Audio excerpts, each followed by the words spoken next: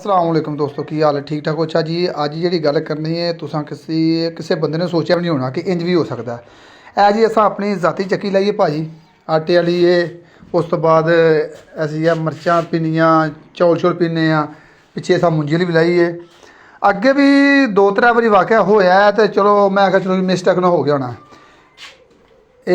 इतों अं जो दाने पाने ना तो इतने साड़ी जगह ना जाली लगी होंगी है। देखो जाली लगी होंगी है इतों जी शायद कोई मकसद कचरा कुचरा वैसे फस जाता है।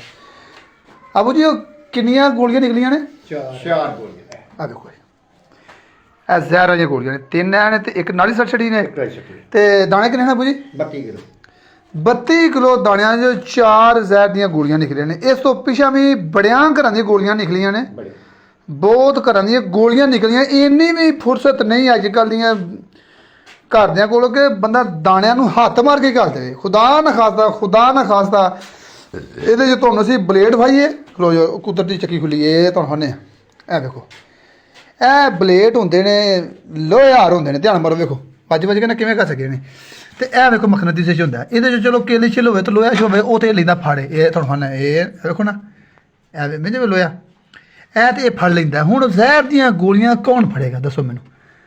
अल्लाह पाक खैर करे जे खुदा न खास्ता गोली विच डिग जांदी है तो वह फिती फिती हो जानी। तो जिस घर दाने जाने हैं तो वह भी जहर बन जाने हैं।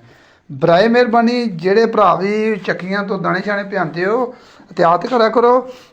अगे भी असीं 2-3 घर आख्या कि यार ना थोड़ियां गोलियां आईयां ने यह सोच सोच असां पीन करके दाने पाए हैं ढोले जे भाई पीन करके दाने पाए हैं तो तां आ गई होनी चलो माजरत नाल। तो हुण एक गंढ चो 4 गोलियां आ गई ने क्योंकि दाने तो नेड़े लगे हर बंदे दे दाने नेड़े लगे ने। बराए मेहरबानी जे दाने नेड़े लगे ने तो ध्यान नाल दाने घलिया करो तो हत्थ मार के तो पीन करके घलिया करो। असां तो पीछे नहीं खुदा न खास्ता जे कोई गंढ पिछो गोली पीसी गई ना तो अल्लाह माफ़ करे बहुत नुकसान हो जाना।